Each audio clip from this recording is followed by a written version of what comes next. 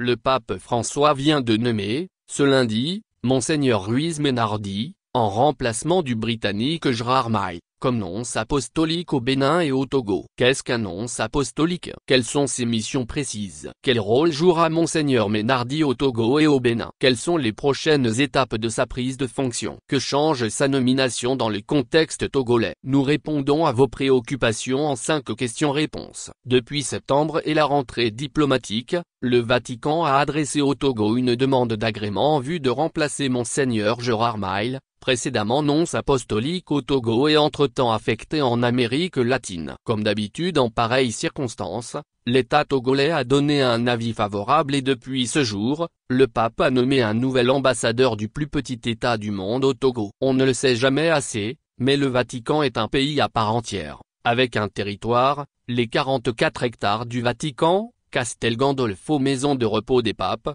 la basilique Saint-Pierre ainsi que 4 basiliques majeures à Rome ou encore les universités grégoriennes. Il dispose de son drapeau, blanc-jaune, son gouvernement, la curie romaine, sa monnaie, l'euro avec l'effigie du pape, ses armoiries, de sa population, environ 900 fonctionnaires et autres résidents, de son armée, la garde suisse et la gendarmerie pontificale, de sa banque, l'Institut des œuvres de religion, IOR, et même de ses ambassadeurs dont Monseigneur Ruiz nouvellement nommé au Togo avec résidence au Bénin.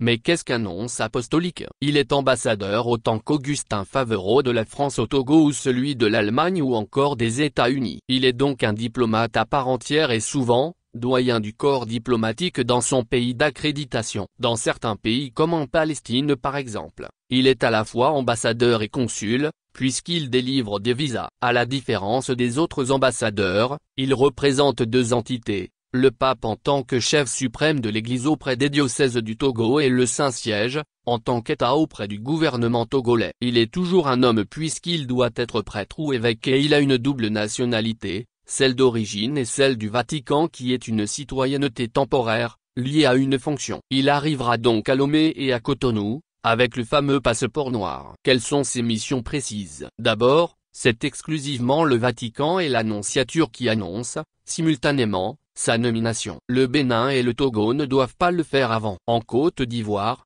une annonce anticipée du gouvernement avait créé un bref incident diplomatique. Ses missions, représenter le Saint-Siège auprès de Cotonou et de Lomé, comme ambassadeur et le pape auprès des évêques. Il cautionne les demandes de visa de prêtres et évêques auprès des consulats, propose des personnes susceptibles d'être évêques pour qu'elles ne soient nommées par le pape, gère les problèmes entre évêques et parfois entre prêtres et évêques. Il bénéficie de l'immunité diplomatique. Quel rôle Monseigneur Menardi jouera au Togo et au Bénin? D'abord c'est un prêtre. Il dira donc la messe. Puis dès sa nomination, il est évêque, et gradé archevêque afin de n'avoir aucune posture d'infériorité canonique face aux évêques des pays concernés. Chaque année, il tient et actualise une liste de prêtres qui deviendront évêques, les épiscopables. Il procédera au remplacement de Monseigneur Barriga à la tête de l'archidiocèse de Lomé. Il préparera un voyage éventuel du pape François au Bénin ou au Togo. Aucun des 2 pays n'est à l'ordre du jour actuellement. Par son intermédiaire, chaque évêque ayant atteint la limite d'âge de 75 ans doit adresser une démission au pape.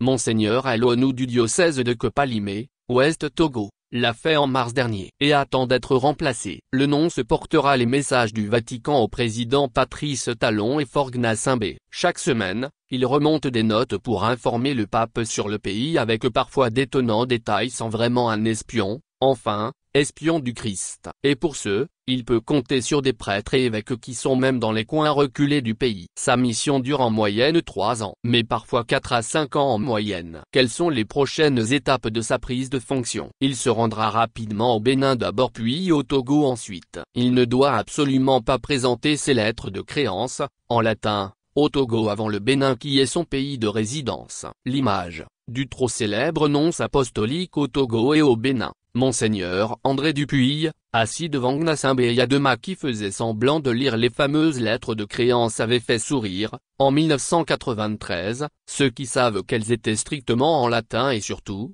que l'ex-dictateur togolais n'en connaissait pas un mot. Après la présentation des lettres de créance, il s'installera, au bord de la mer derrière l'aéroport de Cotonou pour le Bénin et au grand séminaire Saint-Jean-Paul I de Lomé pour le Togo, rencontrera les évêques et entamera une tournée nationale, pas avant d'avoir dit, dans chaque pays, une messe de prise de service. Que change sa nomination dans le contexte togolais? Rien de spécial si ce n'est de calmer un peu les tensions entre l'Église et l'État. Longtemps, des zones d'ombre ont influé sur la relation entre ces deux entités, notamment quand les évêques prennent position sur des sujets politiques ou encore quand le Togo refuse à l'Église l'observation d'élections. L'implication active de Monseigneur Kepodzro dans la présidentielle de 2020 a aussi bien dérangé le pouvoir togolais. En nommant un prêtre qui n'avait jamais été non, ce qui est plutôt assez discret et mesuré, François veut peut-être calmer le jeu. Pour ce pape venu de l'Amérique latine et très politique, aucun acte n'est anodin. Max Savi Carmel.